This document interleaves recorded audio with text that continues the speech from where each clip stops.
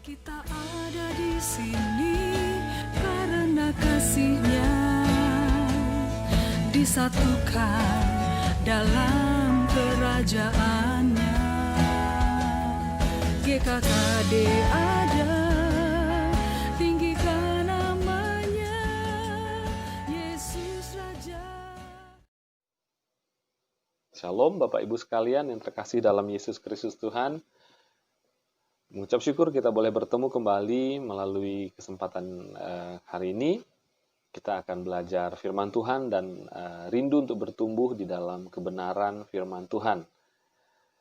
Baik, kita sudah belajar beberapa minggu ini atau 4 minggu belakang, yaitu ada 4 hal yang saya coba rangkumkan atau saya coba lihat dari perspektif Alkitab.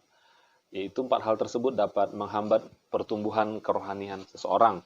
Bukan hanya menghambat, tetapi membuat pertumbuhan rohani kita bisa menjadi mati dan tidak mengalami perkembangan. Ya, yang pertama, yang mungkin saya ulangi, yaitu kebodohan.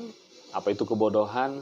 Kita ambil salah satu poin, yaitu orang yang mendengar firman Tuhan, tetapi tidak melakukannya. Alkitab berkata itu adalah kebodohan. Yang kedua, kita juga berbicara mengenai kesombongan, ya. Kesombongan juga merupakan awal dari kejatuhan seseorang, ya. Bahwa kesombongan itu tinggi hati mendahului kehancuran, ya. Firman Tuhan berkata demikian, yang artinya pasti terjadi ketika kita mulai sombong, kita mulai merasa diri kita kuat, artinya kita mulai berkata bahwa saya tidak perlu pertolongan Tuhan, dan kita akan mulai mengalami apa yang disebut kehancuran. Yang ketiga, kita bicara mengenai kekecewaan. Ya, mungkin banyak hal yang mengecewakan hidup kita dan rasanya semua orang pasti pernah mengalami kecewa. Ya, bukan hanya sama orang lain, bahkan terkadang kita bisa kecewa sama diri kita sendiri juga, ya, dan kita harus mengalami pemulihan dari apa yang disebut kekecewaan. Yang terakhir, kita bicara mengenai kemalasan. Ya, kemalasan sebagai contoh adalah orang yang memulai sesuatu tetapi tidak pernah menyelesaikan pekerjaan tersebut, ya. Dan Alkitab juga menyatakan bahwa hamba yang malas itu hamba yang tidak mau mengembangkan ataupun mengerjakan talenta yang sudah diberikan tuannya. Apa yang terjadi, tuannya marah, kemudian Tuhan itu melemparkan hamba itu dengan berkata bahwa hamba itu adalah hamba yang jahat, ya. Artinya kemalasan adalah suatu kejahatan di mata Tuhan. Kita nggak mau mengalami hal itu, ya. Nah, kalau kita sudah sadar dan mengerti ya, mengenai 4 hal ini, ya mungkin kita dapat membahasnya lebih lanjut, ataupun saudara-saudara boleh membahasnya sebenarnya lebih lanjut lagi di dalam sebuah pertemuan di mana saudara hari ini beribadah. 4 hal tersebut mungkin kita bisa cross check lagi dari 4 hal ini mana yang kita perlu mengalami perubahan, ya. Mungkin dari hal kecewa, mungkin kita mulai sombong, ataupun kita mulai hidup di dalam kemalasan. Kita mau tinggalkan itu semua sehingga kita boleh mengalami kemenangan di dalam Tuhan, ya. Dan saya percaya Tuhanlah yang menolong kita, Allah setia. Dan Dia rindu bahwa melihat anak-anaknya mengalami pertumbuhan dan mengalami kemenangan, mengenalnya lebih dalam lagi, sehingga kita boleh mengasihi Allah lebih dalam lagi. Dan saya percaya Tuhan yang membuat kita berhasil di dalam semua pengenalan akan Allah. Baik, kita akan belajar satu lagi topik pada kesempatan kali ini. Saya mengambil topik itu belajar dari perjalanan bangsa Israel keluar dari Mesir ke tanah perjanjian di Kanaan. Ya, kita akan mencoba mengambil beberapa poin pokok apa yang terjadi pada bangsa Mesir selama pada bangsa Israel, maksud saya, selama ada di bawah bangsa Mesir. Yang pertama yang terjadi yaitu kita sama-sama tahu bangsa Israel mengalami perbudakan di bawah bangsa Mesir, dan waktunya cukup lama, yaitu sekian ratus tahun. Ada yang berkata 300 tahun bangsa Israel ada di bawah perbudakan, ya. Nah, bangsa Mesir memperbudak bangsa Israel dengan satu tujuan, yaitu bangsa Israel tidak bertumbuh.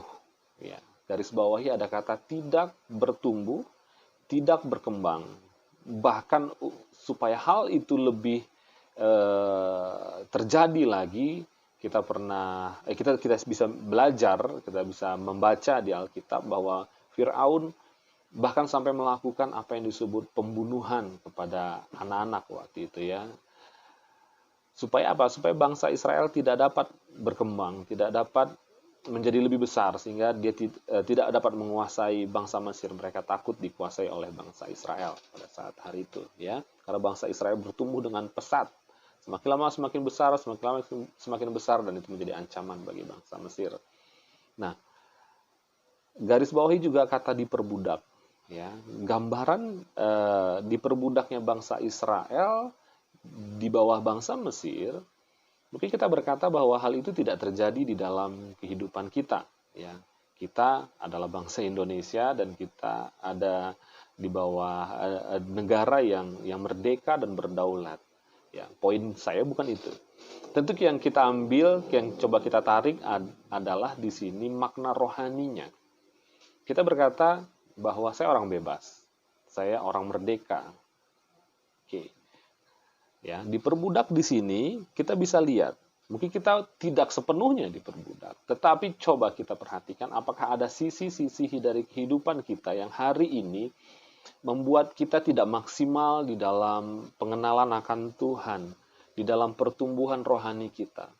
Ya, bisa itu dari sisi pekerjaan, ya, mungkin kita bekerja dari pagi sampai malam, mungkin kita ada tuntutan pekerjaan yang begitu besar terus dan dalam jangka waktu yang sangat lama. Dan ketika kita mengalami hal itu, artinya kita ada di bawah suatu perbudakan. Ya, kita bisa lihat bahwa ketika ada di bawah sebuah tekanan atau di bawah suatu pekerjaan yang menuntut kita menjadi begitu overload, ya, itu membuat rohani kita turun.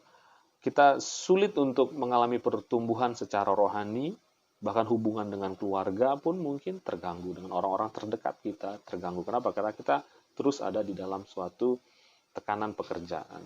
Ya.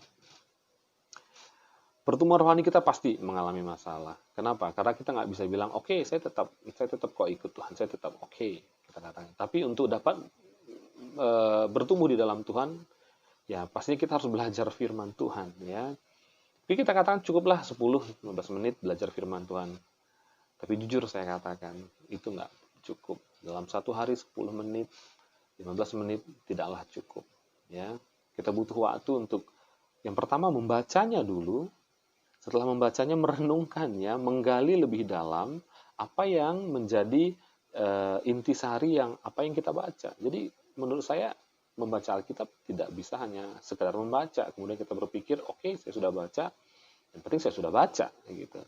Ya, mungkin baik sudah baca, tetapi ketika kita tidak menggali lebih dalam, kita sebenarnya tidak dapat apa-apa dalamnya. Ya, jadi kita mungkin ada di bawah perbudakan. Ya, mungkin tidak sama seperti bangsa Israel yang diperbudak Mesir secara fisik. Ya. Mungkin dicambuk, dipukul, ditendang, mengalami hal-hal yang seperti itu secara fisik. Tetapi toh efeknya sama, yaitu ada di bawah perbudakan dan tidak mengalami pertumbuhan secara rohani, tidak mengalami pertumbuhan di dalam hubungan dengan Allah, bahkan tidak mengalami juga pertumbuhan hubungan dengan keluarga. Ya, kenapa? Karena tekanan pekerjaan yang terjadi pada bangsa Israel, mereka dipaksa bekerja bahkan 2 kali lipat dari yang sebelum-sebelumnya. Nah, demikian juga dengan kita. Ya, yang pertama bahwa diperbudak. Ya, dan sampai hari ini iblis atau iblislah selalu rindu dan tujuannya adalah memperbudak orang-orang. Ya, menekan orang-orang, bahkan membunuh supaya kita tidak mengalami pertumbuhan. Ya, Yohanes pasal 10 ayat 10. Pencuri datang untuk mencuri, membunuh, dan membinasakan. Tetapi Yesus datang supaya kita memiliki hidup dan memilikinya di dalam segala kelimpahan. Ya, itu yang terjadi pada bangsa Israel pada saat itu. Ya, sebelum mereka keluar, apa yang terjadi waktu sekian lama mereka ada di bawah perbudakan. Nah, Kalau kita hari ini lihat ada sesuatu hal yang apapun itu yang menghambat kita untuk dapat menikmati Tuhan, menikmati hubungan dengan Tuhan, atau yang mencuri waktu kita terlalu banyak dari kita dapat bertumbuh dalam Tuhan, percayalah kita ada di dalam suatu perbudakan, ya. Kita sedang ada di bawah perbudakan, ya. Baik, yang kedua, apa yang terjadi pada bangsa Israel? Allah mengingat perjanjiannya dengan bangsa Israel. Allah tidak tinggal diam karena Israel adalah umat Allah. Yang terjadi, kita sama-sama tahu, ya, bangsa Israel berseru kepada Tuhan, berseru-seru kepada Tuhan, ya. Dalam Keluaran pasal kedua, mari sama-sama kita buka kitab Keluaran pasal yang kedua, ayat yang ke-23. Ayat ke-23 sampai ayat yang ke-24.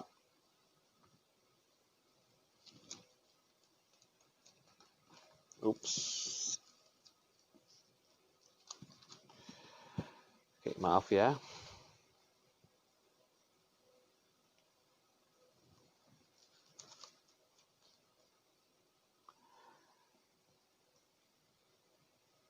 Lama sesudah itu matilah Raja Mesir, tetapi orang Israel masih mengeluh karena perbudakan. Dan mereka berseru-seru sehingga teriak mereka minta tolong karena perbudakan itu sampai kepada Allah. Allah mendengar mereka mengerang, lalu ia mengingat kepada perjanjiannya dengan Abraham, Ishak, dan Yakub. Ya, Allah adalah Allah yang setia. Ya, Allah mengingat perjanjiannya. Ketika umatnya berseru, Allah bertindak. Ya, Allah bertindak dan Allah tidak menunggu lama-lama. Allah bertindak. Ya, ketika umatnya berseru. Ya. Akhirnya bangsa Israel diselamatkan. Ya, kita tahu prosesnya. Allah mengutus Musa untuk melepaskan bangsa Israel dari Mesir. Tetapi hal ini ada yang unik. Kita lihat. Proses yang kedua yang terjadi, yang pertama, bangsa Israel ada di bawah perbudakan, kemudian mereka berseru kepada Tuhan, kemudian Tuhan menyelamatkan mereka. Ya, poin yang kedua yaitu bangsa Israel sebenarnya diselamatkan, Allah bertindak. Ya, kita bisa lihat, ya, mungkin prosesnya tidak dapat saya jelaskan lebih rinci pada kesempatan kali ini. Kita tahu bagaimana apa yang terjadi antara Musa dan Firaun dan tulah-tulah yang Tuhan berikan kepada bangsa Mesir sehingga bangsa Mesir tidak tahan dan akhirnya melepaskan bangsa Israel untuk pergi dan keluar dari tanah Mesir. Oke, terjadi apa yang disebut keselamatan. Ya, mereka keluar dari tanah Mesir, keluar dari perbudakan itu, dan mulai meninggalkan tanah Mesir. Ya, tetapi ada yang unik saat mereka mulai keluar dari tanah Mesir, kita baca lagi di kitab Keluaran, ada hal yang unik, yaitu ketika mereka keluar, bangsa Mesir mulai mengejar dan mereka mulai tinggal di dalam ketakutan. Ketakutan meliputi mereka karena mereka berpikir mereka akan mati, mereka akan binasa. Ya. Mereka akan mengalami binasa. Dan apa yang terjadi?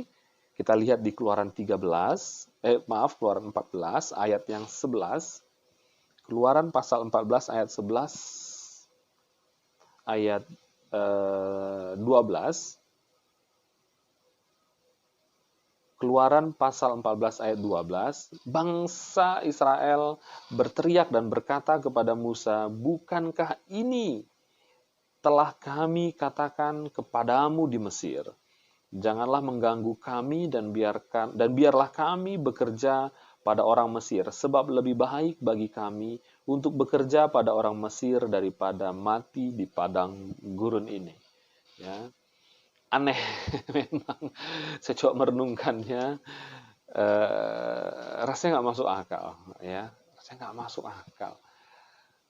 Toh bukankah mereka sudah berseru kepada Allah untuk diselamatkan. Mereka berseru bahwa mereka ada pada penindasan, perbudakan bangsa Mesir. Dan Allah menyelamatkan mereka. Dan pada saat Allah menyelamatkan mereka dengan cara yang luar biasa, Nah, mereka kembali berteriak dan mulai berteriak dengan kata-kata yang sangat tidak masuk akal, bahwa mereka katakan lebih baik bagi kami untuk tetap untuk bekerja pada orang Mesir daripada mati di padang gurun ini. Ya, kita mungkin mulai berpikir, yaitu ketika kita sudah mulai diselamatkan, mulai keluar dari perbudakan tersebut, kita berpikir, sebenarnya masa lalu saya lebih baik. Ya, lebih baik sebenarnya. Oke lah saya kerja dari pagi sampai malam, tetapi toh penghasilannya jelas. Nah, hari ini mungkin saya mulai meninggalkan beberapa hal supaya bisa menikmati Tuhan, tapi ya kok begini-begini aja gitu ya. Saudara jangan salah ya, Allah belum selesai. Bangsa Mesir di situ tidak dapat melihat tujuan Allah yang jauh ke depan. Mereka hanya melihat apa yang ada hari ini, apa yang dapat mereka menikmati hari ini.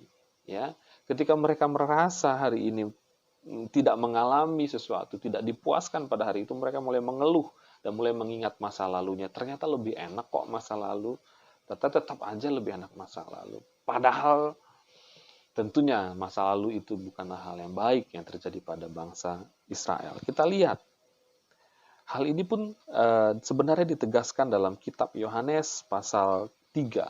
Pasal 3 ayat 19, kita lihat. Yohanes pasal 3 ayat 19. Dan inilah hukuman itu, terang telah datang ke dalam dunia, tetapi manusia lebih menyukai kegelapan daripada terang, sebab perbuatan-perbuatan mereka jahat. Ya. Jadi kitab Yohanes menjelaskan sebenarnya hati manusia kecenderungannya adalah jahat, tidak menyukai yang baik. Tidak menyukai yang baik. Ya. Kita lebih menyukai kegelapan daripada terang. Gitu. Ya. Jadi kalau hari ini kita masih menyukai hal-hal yang tidak benar, kita masih tinggal di dalam kegelapan. Ya. Saya mau katakan kita perlu Kristus lebih dalam lagi. Atau mungkin kita sama sekali belum mengenal jalan Kristus. Ya. Karena jalan Kristus adalah jalan terang, jalan kemenangan. Kalau kita masih lebih suka tinggal pada masa lalu, tinggal di dalam kegelapan, tinggal dengan semua hal-hal yang dulu kita sebenarnya membuat kita terpisah dari Allah. Sebenarnya kita belum mengalami Kristus sama sekali. Ya.